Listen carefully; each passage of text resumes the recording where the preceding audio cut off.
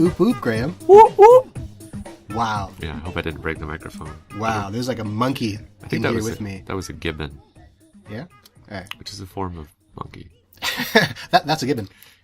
Oh, Graham, I have something to say to you today. Mm-hmm. We choose to go to the moon, Graham. We choose to go to the moon in this decade and to do the other things. Not because they're easy, Graham, but because they're hard. because it's hard. Because it's hard. Yeah. Because, How many times have you used that as an excuse? hey, baby, we choose to go to the moon because it's hard. Now, I bring this up, I Graham. need to take a shower. We do that afterwards. You recognize those words, don't you? Yes, Yes. The Kennedys justifying or announcing the ambition of going to the moon. 1961, he made that speech, I think, and to do it before the end of the decade, right? that's right. And he energized American society and industry and got the job done. The moonshot was a reality. Now, as we know, that was motivated in part by the Cold War politics and a number of things. So ever since then, we have this term moonshot for any large endeavor, usually government run, that seems out of reach, but somehow we're going to accomplish it. Right. Now, you know what the current moonshot is that the American government is undertaking, right? Curing cancer. Curing cancer. And Supposedly Biden is in charge of this. yes, right. And I'm reminded, there's an episode in The West Wing. I don't know if you remember this. Does Canada have a moonshot I think analog? something to do with the Stanley Cup. Yeah. So, episode of The West Wing where they're trying to figure out what their agenda. That was our Canadian content, by the way. Now we're done with that. Go back to more interesting things. In the West Wing episode, there's a discussion in the White House over what their agenda would be for Bartlett's second term. And I think it was Josh who said, let's just cure cancer. You know, because all it takes is enough money and focus and we can do anything. Right. And it's amazing that's happening now. They're attempting to do so. Will they succeed? What do you think? Well, partially. What does that mean, partially? Partially. You're It's the safe cure answer. one person's cancer and not Well, to my mind, there is no one thing called cancer. I Right? see. So to say you're going to cure cancer is just too amorphous. I mean, going to the moon is very concrete. You can measure it. It's sort of very, straightforward goal. You can tell when you've achieved it or not, although some people still don't believe that they did. But curing cancer, I mean, so many different types of cancer, so many different mechanisms behind, how they start and spread and so forth. So That's true. Obviously, I think it's a much greater challenge than simply going to the moon, which was an engineering endeavor, and cancer is almost a humanistic endeavor, whatever that means. But it occurred I mean, to me. sorry to interrupt, but Sure. It's your job. I figured that if they said something like, we're going to try and discover a way to regulate cells that are multiplying out of control or something like that would be a bit more specific and would actually help cure cancer to some extent, I'm sure. But is there other kinds of moonshots do you think are worth thinking about? Oh, okay. So we're leaving the cancer one aside. We right could. now? We can continue. I mean, cancer is depressing. Yeah. And neither one of us is a cancer expert, so it's kind of No. pointless. If we could only speak about what we're experts on, it would be a very short podcast. It would also be in Chinese, because Gray is an expert in Chinese. Which will Well, come back, by the way. so you think. That will be relevant for today's episode. But what other things? Other moonshots, so Yeah. things that might be actually more achievable, but could only be achieved with vast amounts of money and resources that the government has. And it's not just money. It's the marshaling of a variety of industries Right, towards right. a particular goal. Yeah. And to some extent, I think Kennedy was able to make that original moonshot statement because there was still a lot of political will and a lot of faith in the power of government and government being a benevolent force and so on and so forth. There's much more suspicion now. Interesting. And much more partisanship and so forth. Like everything will become political. I'm sure this cancer thing has become political already, but anyway, setting those downers aside, what can we solve? Well, some things that come to me, in my mind, are we could create AI, genuine AI.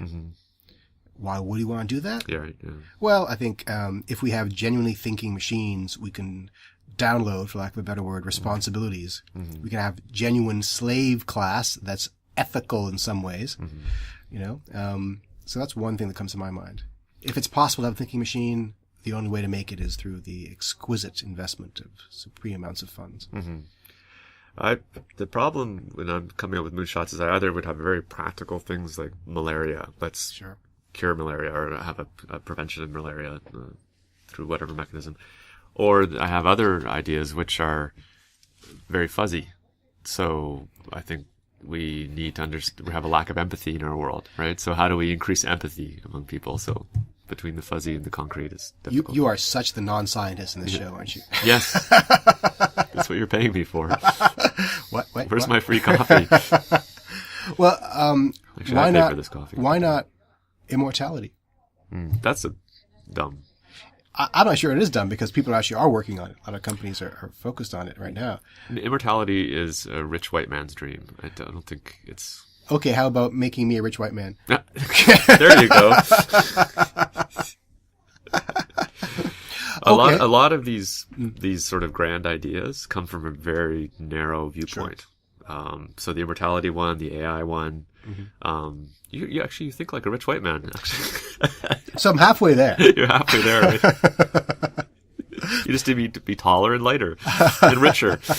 You're a quarter of the way there. Okay, so to be less selfish then. Yes. How about to perfect artificial meat to save the world's There, animals? that's a good one. I like that one. Okay. And that one I think could be quite achievable. So actually, our number one goal should be anything that would help the environment, right? Anything that would.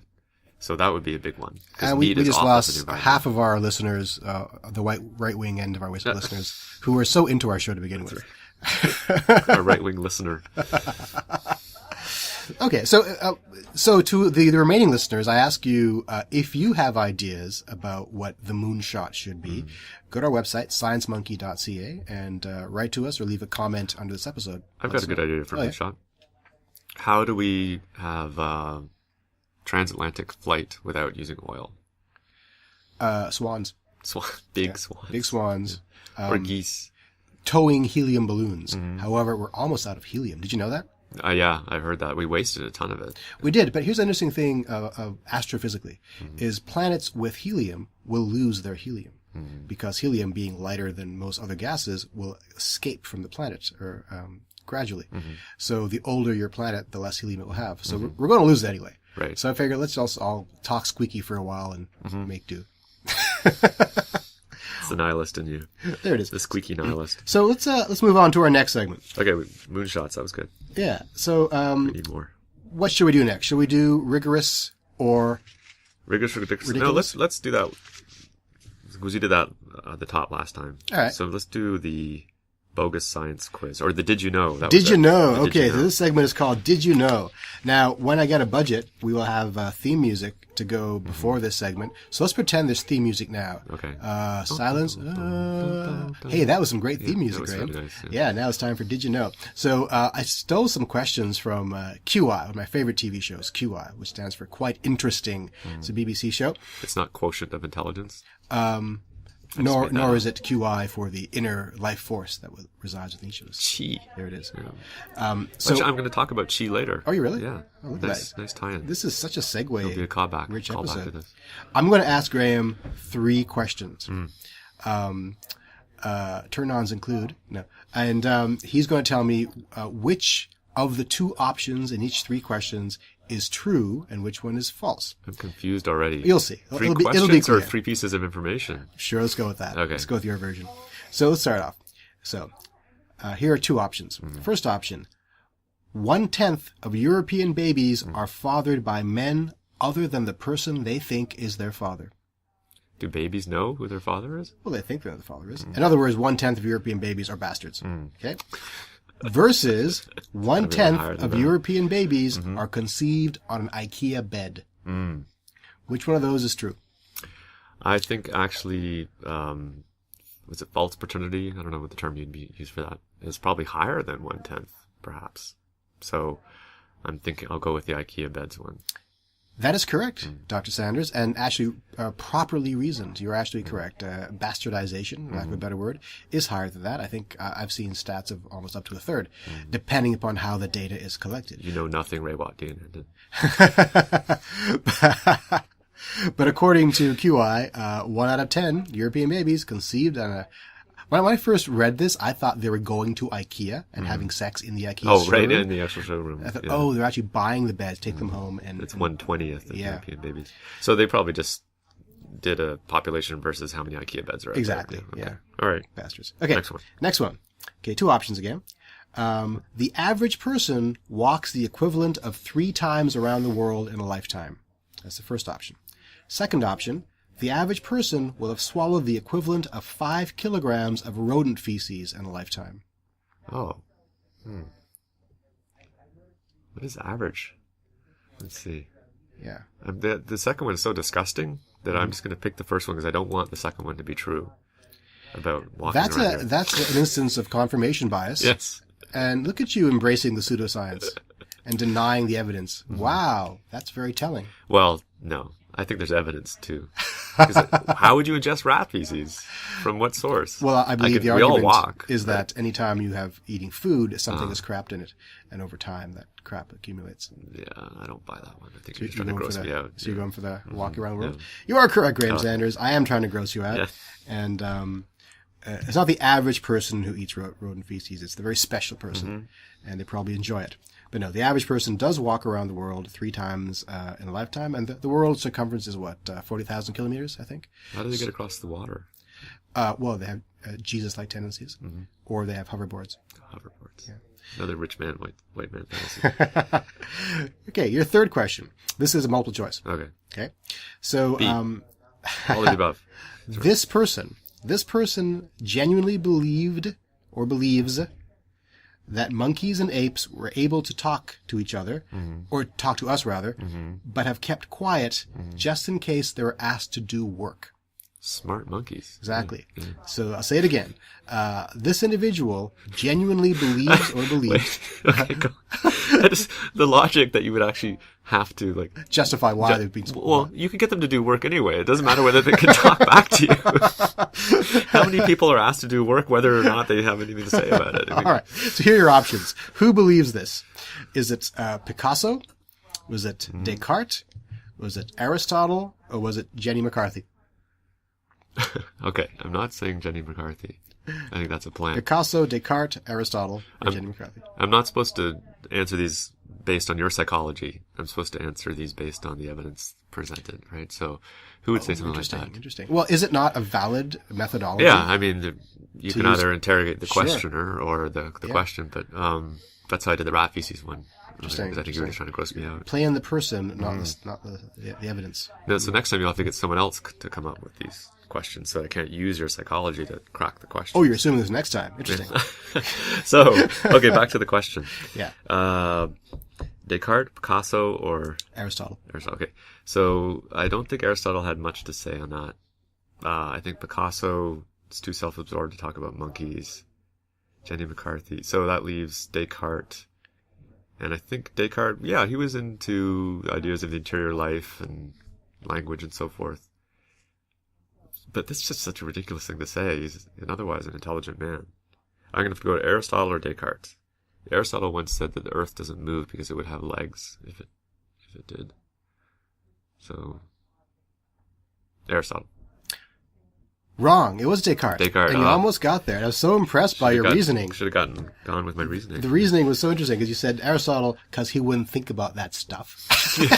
Picasso, what'd you say Picasso? Because he's too self-absorbed. He's too self-absorbed. Yeah. And you almost got Descartes. I was so impressed. And what a stupid thing to think. I mean, I would have thought it was Aristotle. Right, because it's just so ridiculous. And he says stupid things. Yeah, he says stupid things. Yeah. But I don't know if he said much about monkeys. But I don't know everything Aristotle has said. You don't? No, I don't. Okay. Not anymore, at least. That's our segment called Did You Know? He said all animals are sad after sex, which I thought was an unusual thing to say, too. Are you sad after sex? No. I'm grateful. Someone else is sad after sex. Right. After sex, you're grateful as well, and the other person usually try to escape. So,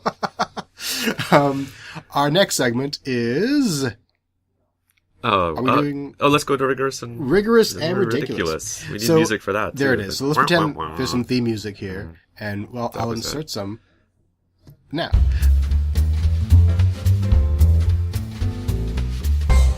So in this segment, we have two papers that You're making these jokes too easy. I'm sorry. we have let two that one papers that pass. I've asked Graham to look at these two papers and to Oh, yes, he tell did, me yeah. how rigorous and or ridiculous they are. Now these are particularly different papers this time around Mm-hmm. Yeah. because they're not so much rigorous or ridiculous as they are just weird. Yes. So let's begin with the PLOS One article, and let me read it out for the. PLOS One. Is PLOS One a well-known Yes, it forum? is. It's actually very well respected. What does PLOS stand for? Do you know? It stands for, I think, Public Library of Science. Oh, okay. So the paper is called "The Biomechanical Characteristics of Hand Coordination in Grasping Activities of Daily Living." This is a very important paper, not because of its topic, Right. but because of the kerfuffle surrounding it, because it was recently retracted.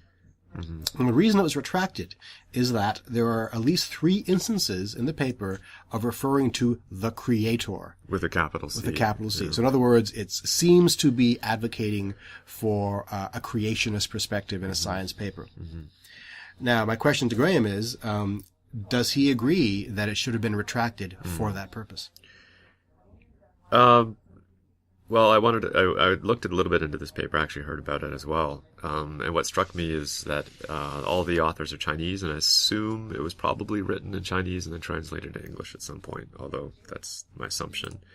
But the reason I made that assumption is because the word creator in Chinese, 造物者, is just a sort of general term for the creative force of the universe. It's not an abstract or sort of a specific idea of a deity, like a Judeo-Christian deity or God.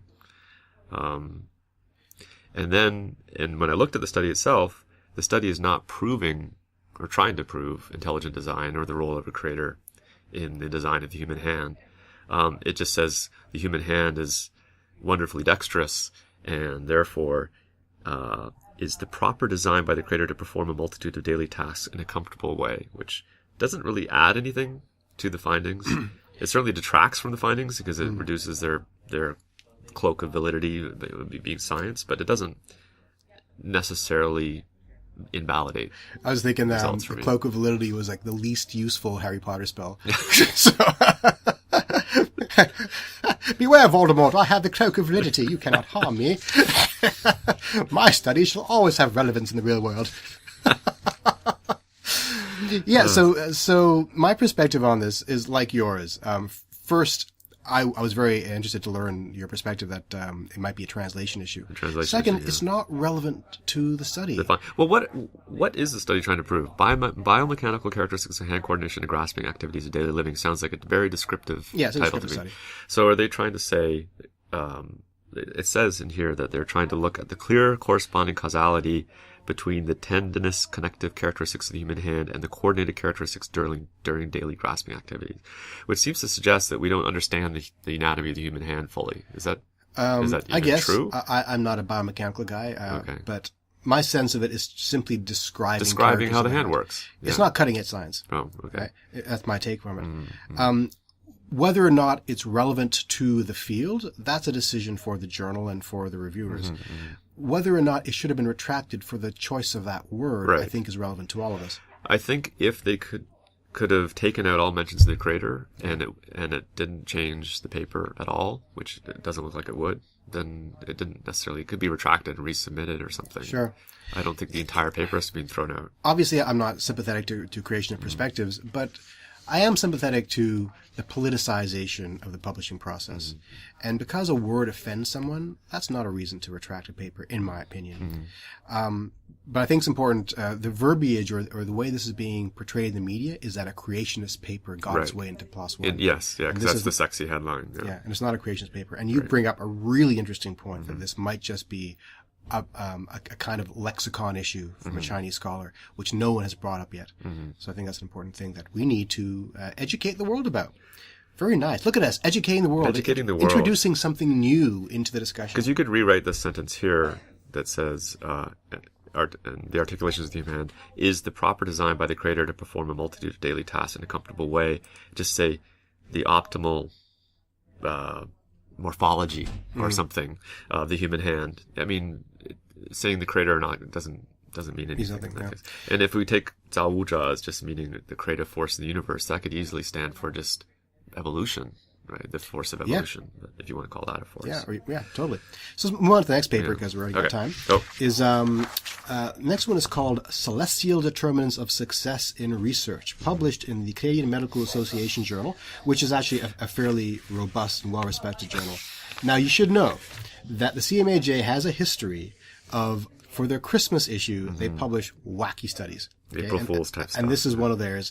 It's not an April Fool. It's not a fake study. It's a real study. It's just, traditionally, it's wink, wink. This doesn't have a lot of meaning in the real world. I see. So they're actually using real statistical methodology. They are. Okay. They are. And what they've done here is they've attempted to determine whether there is a statistical pattern in who wins the Nobel Prize in medicine according to their horoscope. Of course there is. And they have concluded statistically that Geminis are more likely, I think it's Geminis, are more likely to win the Nobel Prize. Yes. Yeah. Right. So what do you think of this paper? Well, just on the face of it, I wouldn't believe it, but it's fun. It's a good teaching mechanism probably to show how you can use statistics to uncover patterns in any variables. Right? Well, whether those patterns are significant or not is another matter. So let me just read out some of the findings here. So they found that, in particular, the odds of having won a Nobel Prize were increased for people born under the sign of Gemini. And it has an odds ratio here. You don't need to know what that means, but it's quite significant. Conversely, the odds of having won a Nobel Prize were decreased for those born under Leo. I'm a Leo. It tells me I'll never win a Nobel Prize. Now, the numbers are real. The stats are accurate. Can we then conclude? No. Then I ask my students this all the time, by the way, that in fact Geminis have an advantage in winning a Nobel Prize. Yeah. More Geminis winning Nobel Prizes is not the same thing as saying that Gemini is more likely to win the Nobel Prize, in my mind. You are correct. My phraseology was imprecise. Right. Like a random distribution is going to necessarily be random. Therefore, but you can't then turn around and extrapolate and predict the future based on that. That's an interesting perspective. That's not really the problem here. The problem here is that with a large enough sample size, you're going to find something. Yeah. And that something may mean nothing. Right. So this really is that showing that there's always going to be some association. Yeah. The underlying question we always ask is that something meaningful?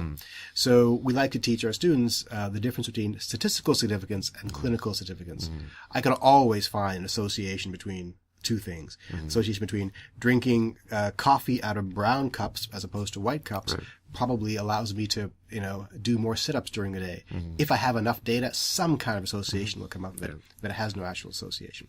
Anyway, it's kind of a fun topic. The question, is it ridiculous or rigorous? It's kind of both. It's rigorously ridiculous. That's right. Yeah. And they don't pretend otherwise. Like the author is, I want to see a paper that's ridiculously rigorous. That's what I would like to see. But oh, it'd be horrible to read. It'd be really long. So we have a last segment, don't we? Yes, which is this still a thing? Is this still a thing? Where we go back and look at ancient knowledge. Let's leave some space here for a theme music. Okay. Theme music. Is it still a thing? Yeah, okay. It is. Yeah. Okay. And this, I would actually like to do two if I could have. Do I have enough time to do two? Why not? All right. We control this. So these are both statements from classical Chinese philosophy. And well, one's actually from a classical Chinese historical source from the 8th to 5th century BCE called the Zuozhuan, Zuo tradition. And the other one's from a philosophical text called the Xunzi from the 3rd century BCE. And I'm reading both of these from The Shorter Science and Civilization in China by Joseph Needham. We'll put a link to that on their website. Okay. So, talking about correlation versus causation, this was already discussed in the 3rd century BC in the Xunzi. If officials pray for rain and get rain, why is that? I answer, there is no reason at all. If they do not pray for rain, they will nevertheless get it. When officials save the sun and moon from being eaten, or when they pray for rain in a drought, or when they decide an important affair only after divination, this is not because they think that they will in this way get what they want, but only because it is the conventional thing to do. The prince thinks it is the conventional thing to do, but the people think it is supernatural. He who thinks it is a matter of convention will be fortunate. He who thinks it is supernatural will be unfortunate. Heavy man. Yeah, well, it goes back to the idea of why people believe in pseudoscience. There it is. Right? It's two different mindsets, So which have always been around. when was this written again? 3rd century BC. Okay. And then the other one is in the Zuo tradition. And this one I find really fascinating because it's a case of using a different way of framing experience, which is still relevant to our experiences today. We might use a different vocabulary, but the principles are still scientific in my mind. Anyway, Prince Li, this is from the Zuo tradition, so 8th to 5th century BC. It's a text that accreted over time. Prince Li, having heard the story about the apparition of the 2 serpents, asked Shen Xu about them, saying, "Do people still see apparitions of evil augury?" Shen Xu replied, "When a man fears something, his breath, his qi, escaping, attracts an apparition relating to that which he fears. These apparitions have their principle in men. When men are without fault, no ominous apparitions appear, but when men throw away the rules of constant behavior, they appear. Such is the way in which they are caused." Which on its face sounds superstitious, but the argument is actually that ghosts don't exist. Ghosts are manifestations of human psyche. So we would put it in psychological terms. We talk about thoughts rather than qi. But the idea is that supernatural apparitions actually come from a human source. They're not external, which I think's, pretty modern way of looking at What's the apparitions. Chinese word for ghost? Gui. Gui. Gui. It's not Like- gui? No? You're a Guilo. Which is the Cantonese for devil. foreign devil, yeah. Or- Is it foreign devil or white devil? No, there are different terms in Chinese. So Okay. Guilo is sort of like the demon class, the demon category, something like that, or demon guise, whatever. But in Mandarin, it would be Yang Guizi, which is foreign devil. Yeah. I don't hear Bai Guizi that much white devil. I don't think that's That should be the name of this podcast instead of Science Monkey. white devils. White devils, even though I'm not white. That's right. You're Yeah. a wannabe. I'm a wannabe white devil. So anyway, great. so is this still a thing that we think ghosts are real, or that we believe in divination? It is. It is still a thing. Yeah, but even back then there were skeptics about it, so I thought that was interesting. So we can derive 2 things from that. One is we haven't learned much since then. We're Right. still finding the same battles. Or 2, maybe they were right all along. In fact, it's the scientists who were wrong. There's a reason this stuff, pseudoscience, doesn't go away. Exactly. Anyway, that takes us to half an hour. All right. And that's our show for this week. Once again, if you have any comments or suggestions for future episodes, please go to our website, sciencemonkey.ca. Yeah, we'd love to get is this still a thing stuff from people who know about other cultures. And other... Oh, absolutely sure. I mean, Graham's big on Chinese culture. I know a lot about Indian culture. So if there's more out there, please let us know. So this is Monkey Ray signing off, and Monkey Graham. oop, oop, oop. Eek.